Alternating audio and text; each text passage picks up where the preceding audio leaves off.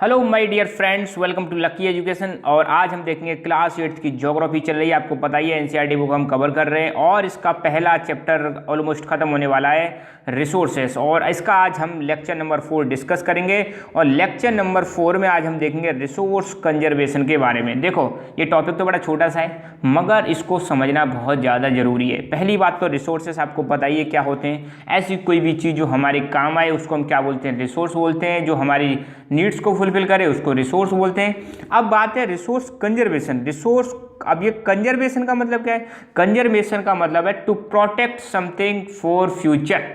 किसी चीज को फ्यूचर के लिए बचा के रखना, किसी चीज को प्रिजर्व करना फ्यूचर के लिए। To preserve something for the future, किसी चीज को फ्यूचर के लिए प्रिजर्व करके रखना क्या कहलाता है?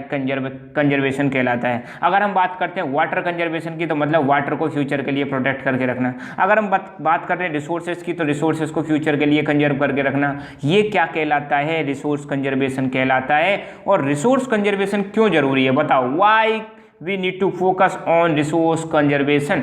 भाई ये इसलिए ज़रूरी है कि सोचो, अगर आपने सारे रिसोर्सेज को अभी ख़त्म कर दिया, सारी चीज़ों को अभी 50-100 साल में ख़त्म कर दिया तो भाई हमारे आने वाली जनरेशन क्या करेगी? गाली देगी हमें कि यार हमारी पिछले वाली जनरेशन इतनी ज़्यादा मतलब इर्रेस्पॉन्सिबल थी कि उसने ये भी नहीं सोचा कि आने वाली जनरेशन का क्या होगा। आपने देखा होगा आज की डेट में हम डेवलपमेंट के मतलब इतने बुरे जाले में फंस चुके हैं कि फॉरेस्ट को कट करते जा रहे हैं, कट करते जा रहे हैं। फॉरेस्ट देखो ख़त्म होते चले जा रहे हैं। फॉरेस्ट जब खत्म हो जाएंगे तो आपको पता है फॉरेस्ट का एक अलग ही इंपॉर्टेंस होता है। पेड़ जो होते हैं आपको पता है फोटोसिंथेसिस की जो रिएक्शन है उसको करते हैं और फोटोसिंथेसिस की रिएक्शन के दौरान O2 CO2 का एक्सचेंज होता है। आपको पता है पेड़ जो होते हैं इन्वायरमेंट से CO2 लेते हैं और उसको O2 में कन्वर्ट करते हैं। अब सोचो, अगर पेड़ ही नहीं रहेंगे, पेड़ों को हम करते चले आएंगे, डिफॉरेस्टेशन को हम बढ़ा देंगे तो भाई इन्वायरमेंट में जो CO2 है इसको कौन यूज करेगा? पेड़ क्या करते हैं? CO2 को यूज करके क्या देते हैं? O2 देते हैं, ऑक्सीजन देते हैं। CO2 मतलब कार्बन डाइऑक्साइड।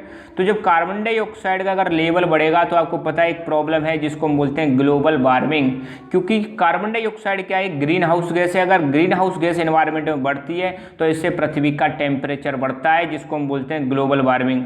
और सोचो, अगर ग्लोबल वार्मिंग हुई तो क्या होगा? जो हमारे ग्लेशियर्स हैं, ग्लेशियर्स क्या होंगे? पिघलेंगे। क्योंकि ग्लोबल वार्मिंग में क्या होता है? पृथ्वी का टेम्परेचर बढ़ जाता है और टेम्परेचर बढ़ने की वजह से जो हमारे पोल्स हैं, नॉर्थ पोल, साउथ पोल्स और जहाँ जहाँ पर बर्फ़ जमी हुई है, ग्लेशियर्स पाए जाते हैं, वो पिघलेंगे। और सोचो, अगर पेड़ पौधे अगर पानी आएगा, ग्लेशियर्स पिघलेंगे तो फिर ओशंस का लेवल बढ़ेगा, समुद्र का लेवल बढ़ेगा तो आसपास के एरिया में फ्लड आने की संभावना रहेगी। ठीक है, तो इससे क्या होगा? डिजास्टर आएगी भाई, तबाही होगी। तो हमें किस चीज़ पर फोकस करना है? हमें इस चीज़ पर फोकस करना है कि भाई रिसोर्सेज को उतना ही यूज करो जितनी ज़रूरत है, नहीं तो हमें दिक्कत होगी। साथ के साथ में फ्यूचर आने वाली जनरेशन को भी दिक्कत होगी। देखो आज की डेट में पानी मतलब पैक होके आता है, पानी भी हम खरीद के पी रहे हैं, पी रहे कि नहीं पी रहे? और आज से 10-20 साल या 50 साल पहले देखो पानी कोई खरीद के नहीं पीता था, सब अपना घर का पानी। और आज देखो घर घर में RO लगा हुआ है। मतलब कितनी ज़्यादा पानी की किल्लत हो गई है, सोचो। और आप देखो पॉपुलेशन इतनी ज़बरदस्त तरीके से बढ़ती जा रही है। देखो हर चीज़ का यहाँ पे ज़्यादातर मतलब मैं मानता हूँ मेरे हिसाब से ये जितनी भी दिक्कतें आ रही हैं उसके 2 रीज़न हैं। Number 1 population. यार पॉपुलेशन इतनी बढ़ गई है बहुत ज़्यादा, विस्फोट हो गया पॉपुलेशन का एक प्रकार से। तो पॉपुलेशन ज़्यादा होगी तो लोगों की ज़रूरतें ज़्यादा बढ़ेंगी और लोगों की ज़्यादा ज़रूरतें बढ़ेंगी तो उसका जो फ़र्क है ना वो नेचर पे बढ़ेगा, उसका लोड है जो नेचर पे बढ़ेगा। तो नेचर का लोग क्या करेंगे? ज़्यादा से ज़्यादा एक्सप्लॉयटेशन करेंगे और नेचर का एक्सप्लॉयटेशन करेंगे तो नेचर भी कई बार क्या देता है? चमाटा मार के देगा खींच के भाई साहब। ठीक है, क्योंकि ये जो बाढ़ आना, अर्थक्वेक आना, ठीक है, महामारी आना, ये पेंडेमिक्स आ रही हैं आज की डेट में बहुत सारी, तो ये सब किसकी? ये नेचर का वो है कि लो भाई तुम हमें मतलब नहीं छोड़ रहे तो हम भी तुम्हें नहीं छोड़ेंगे। तो नेचर भी क्या करता है? अपने आप को क्या करने की कोशिश करता है? कई बार बैलेंस करने की कोशिश करता है, अगर आप नहीं समझोगे। ठीक है, तो रिसोर्स को कंजर्व करना बहुत ही ज़्यादा ज़रूरी है। जैसे हम कहते हैं कि भाई अगर आप कोई चीज़ को रिसाइकिल कर सकते हो, मतलब आपने कोई चीज़ यूज की, जैसे मान लो शीशा यूज किया, तो शीशा क्या है? ऐसा नहीं कि एक बार शीशे की बोतल है वो मतलब यूज कर लिया, वो पड़ी है, वो ऐसे ही रहेगी। आप उस बोतल को दोबारा से से दे सकते हो। कंपनियां जो होती हैं शीशे बनाने वाली कंपनियां, उस बोतल को दोबारा से क्या कर सकती हैं, पिघला के दोबारा से नई बोतल बना सकती है। तो मतलब बहुत सारी चीज़ें मार्केट में ऐसी होती हैं जिनको हम दोबारा से रॉ मटेरियल की तरह यूज करके और उसका हम वही की वही प्रोडक्ट बना सकते हैं। रिड्यूस, आप चीज़ों को कम यूज करो। दूसरा एक तरीका रिड्यूस करना, भाई जहाँ ज़रूरत है मतलब एक की, वहाँ आप 2 क्यों यूज कर रहे हो, 3 क्यों यूज करो, कोई भी चीज़ हो तो आप क्या कर सकते हो, चीज़ों को कम कर सकते हो। ज़्यादा एक्स्ट्रा चीज़ें लाने की ज़रूरत नहीं है, कम कम यूज करो, ठीक है। जैसे मान लो जहाँ पर आप अपनी कार को 10 बाल्टी में धो रहे हैं, 10 बाल्टी लेके पानी की उसको साफ़ करने में लगे हुए हैं, यार ज़रूरत कहाँ है, पोंछा लगा दो सिंपल सा, उसको साफ़ कर दो, कपड़े से साफ़ कर दो। जरूरी थोड़ी है हर दिन उसको धोना, पानी का बहुत ज़्यादा क्या होता है, वेस्टेज होता है। रिड्यूस करो, कम करो, ठीक है। रीयूज, कई सारी चीज़ें आपने देखा होगा रीयूजेबल होती हैं। हम क्या करते हैं, एक बार यूज किया फेंक देते हैं, तो भाई मत करो ऐसा, रीयूज करने की कोशिश करो। उसको रीयूज करोगे तो भाई प्रकृति पे, नेचर पे जो लोड है वो बहुत कम पड़ेगा। तो रिसोर्स कंजर्वेशन बहुत ज़्यादा इंपॉर्टेंट है, आपको पता ही चल गया क्यों इंपॉर्टेंट है, हमारी आने वाली फ्यूचर जनरेशन के लिए बहुत ही ज़्यादा इंपॉर्टेंट है। इवन बहुत सारे कंट्रीज में आजकल लोग बाग कई सारी रिसोर्सेज की वजह से प्रॉब्लम झेल रहे हैं, ठीक है। तो using resources carefully and giving them time to get renewed is called resource conservation. देखो रिसोर्स कंजर्वेशन की यहाँ पर डेफिनेशन है कि एक तो रिसोर्सेस को कैसे यूज करना, केयरफुली यूज करना, एंड उनको रिन्यू होने के लिए टाइम देना, क्या कहलाता है, रिसोर्स कंजर्वेशन। जैसे मान लो किसी ने अगर फॉरेस्ट का क्या किया, कट कर दिया, ठीक है, अब क्या है, इंतजार करो भाई, दोबारा से फॉरेस्ट बनने दो, दोबारा से उस जगह पे पेड़ पौधे होने दो। ऐसा नहीं कि आपने वो वहाँ पे फॉरेस्ट कट किया, फिर दूसरी जगह पे कट कर दिया, फिर तीसरी पे कट कर दिया और उस पर बिल्डिंग बनाने लगे। आजकल आपको पता है पॉपुलेशन बढ़ रही है, पॉपुलेशन बढ़ने की वजह से जगह ही नहीं बच रही ना यार, बहुत ज़्यादा मतलब दिक्कत आ रही है, जगह ही नहीं बच रही। जहाँ पे पेड़ पौधे हुआ करते थे वहाँ पे घर बन गए आजकल, ठीक है। तो खैर हमारा जो डेफिनेशन है वो क्या कहती है कि एक तो रिसोर्सेज को केयरफुली यूज करना है और उनको टाइम देना ताकि वो रिन्यू हो सकें, अपने आप को रिन्यू कर सकें। इसको हम बोलते हैं रिसोर्स कंजर्वेशन, ठीक है। Balancing the need to use resources and also conserve them for future is called sustainable development. अब देखो एक डेवलपमेंट का तरीका है, आज की डेट में जो हम विकास कर रहे हैं उसमें एक नया मॉडल आ गया है जिसको हम बोलते हैं सस्टेनेबल डेवलपमेंट। तो सस्टेनेबल डेवलपमेंट क्या कहता है कि भाई रिसोर्सेज को ऐसे यूज करो ताकि चीज़ें बैलेंस रहें प्रकृति में, मतलब उसका ज़्यादा इम्पैक्ट ना पड़े, ठीक है। आपने कुछ चीज़ यूज की प्रकृति से, तो आप जैसे मान लो पेड़ काट दिए, किसी की चीज़ की ज़रूरत है आपको, ठीक है, जैसे मान लो रोड बनाया आपने ना, रोड बनाते हो तो बहुत सारे पेड़ काटे जाते हैं, तो भाई आप क्या कर सकते हो, रोड के सहारे पेड़ लगा सकते हो। भाई कुछ ना कुछ तो बैलेंस होगा, रोड के बीच में पेड़ लगाते हो आप, जब रोड पे जाते हो हाईवे पे तो देखा होगा सरकार ये करती भी है, रोड के सहारे और बीच में भी पेड़ लगाती है। तो ये हम क्या कर रहे हैं, जितना ले रहे हैं उतना देने की भी कोशिश कर रहे हैं, बैलेंस करने की कोशिश कर रहे हैं हम। इसलिए मतलब वर्ल्ड इन्वायरमेंट डे भी मनाते हैं, ठीक है। तो कुछ आपको एक कमेंट करके बताना है कि when do we celebrate world environment day, ठीक है। तो आपको पता है हम क्या करते हैं, बैलेंस करने की कोशिश करते हैं, घरों में भी पेड़ लगाते हैं।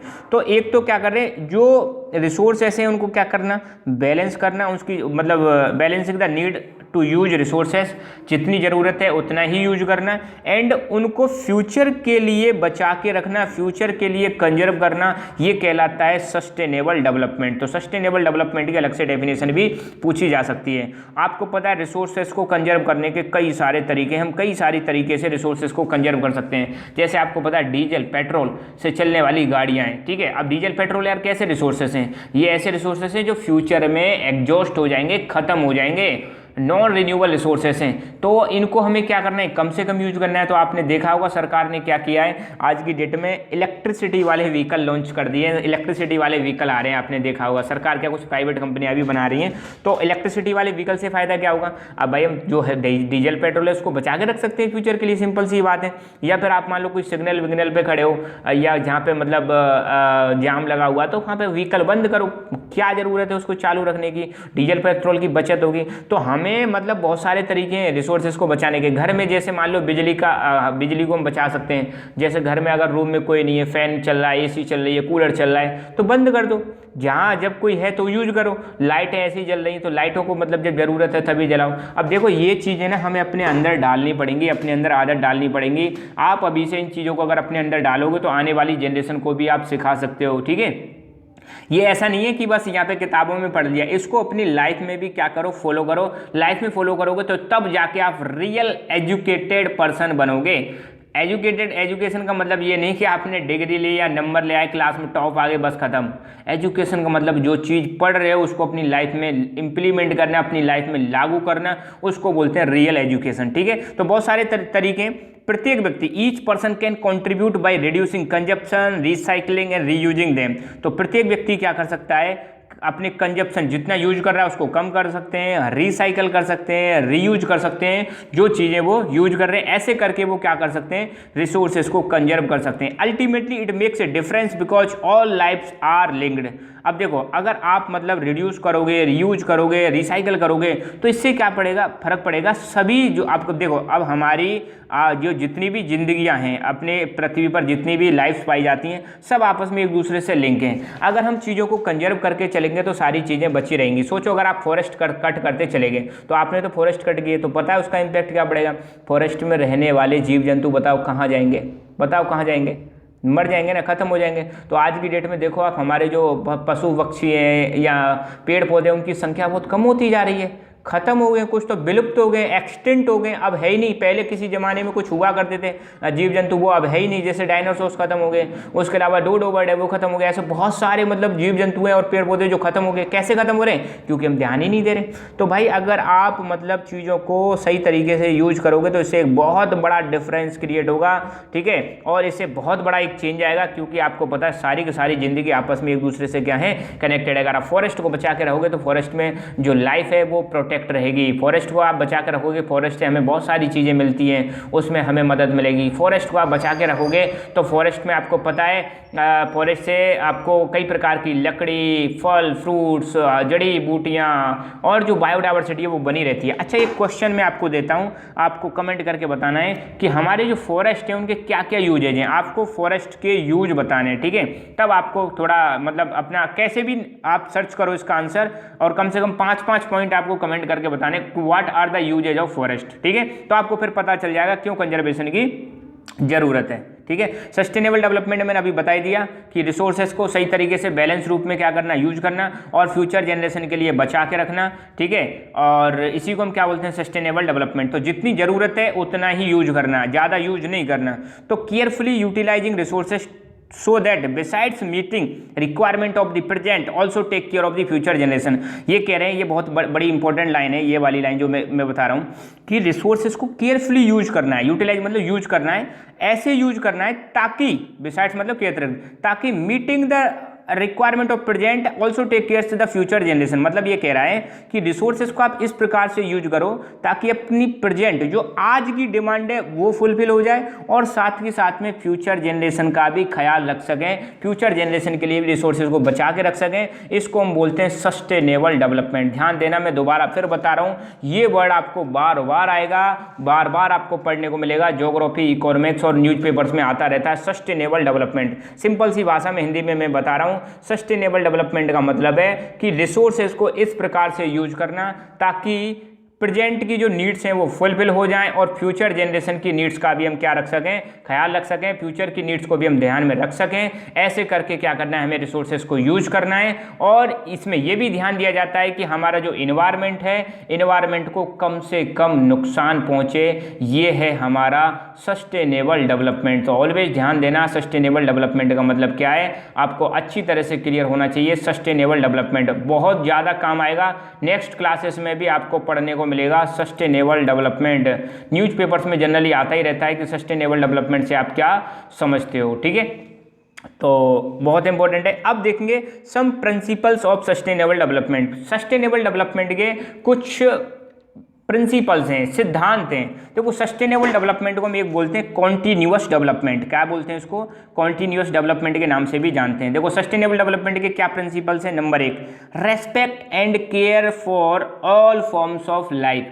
मतलब हमें क्या करना चाहिए, इस पृथ्वी पर जितने भी जीव हैं, जितने भी प्राणी हैं, जितने भी जीव जंतु हैं, हमें सबका रेस्पेक्ट करना चाहिए, सबकी देखभाल करना चाहिए। ऐसा नहीं कि भाई मेरा अपना काम बनता बनता और भाड़ में जाए जनता, ये जो फिलॉसफी है ये बहुत बेकार है। हमें कभी नेचर के हिसाब से भी सोचना चाहिए। नेचर में जितने भी जीव हैं उन सब का ख्याल रखना चाहिए। हमें हमेशा परोपकारी बनना चाहिए, दूसरे का उपकार करने वाला बनना चाहिए, ना कि सिर्फ अपना ही अपना ध्यान दें। ठीक है, ध्यान देना, जो व्यक्ति जितना ज़्यादा दूसरों के बारे में सोचता है उसका जीवन उतना ही अच्छा होता है, लोग बाग उसी का गुणगान करते हैं। और जो व्यक्ति स्वार्थी होते हैं वो मतलब समाज पे एक प्रकार से कलंक कह सकते हो, मैं तो कलंक मानूंगा। ठीक है, तो हमें कैसा बनना है, परोपकारी बनना है अभी।